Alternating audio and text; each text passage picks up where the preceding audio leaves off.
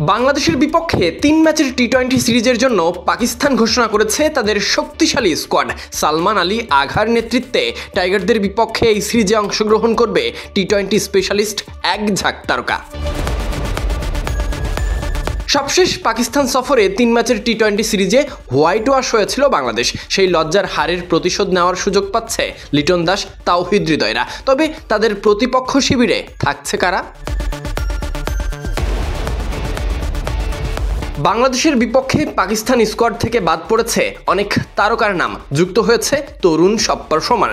Salman Ali Agha deep green দলের নিয়মিত অধিনায়ক। টি-20 এই দলে জায়গা পেয়েছেন স্পিনার আবরার আহমেদ, আছেন আহমেদ দানিয়েল, তারকা ব্যাটার ফাহিম আশরাফ, ফখর জামান, খুশদিল শাহ, আছেন অলরাউন্ডার মোহাম্মদ নওয়াজ।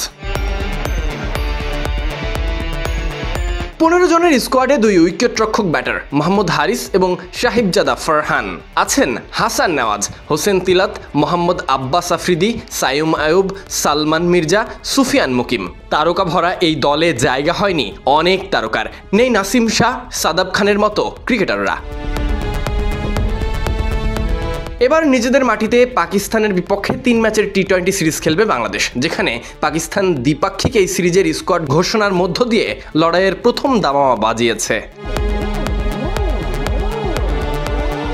ঘরের মাঠে অনুষ্ঠিত হতে যাওয়া সিরিজের সবগুলো ম্যাচই হবে ঢাকায় মিরপুর শেরেবাংলা ক্রিকেট স্টেডিয়ামে। এদিকে বাংলাদেশ দল এখন শ্রীলঙ্কা সফরে। এই সফর শেষেই মুখোমুখি হবে পাকিস্তানের বিপক্ষে। বাংলাদেশ পাকিস্তান মহা লড়াই শুরু হবে আগামী 20শে জুলাই। এরপর দ্বিতীয় এবং তৃতীয় ম্যাচ যথাক্রমে 22 এবং 24শে জুলাই। সবগুলো ম্যাচই মিরপুরে সন্ধ্যা 6টায়।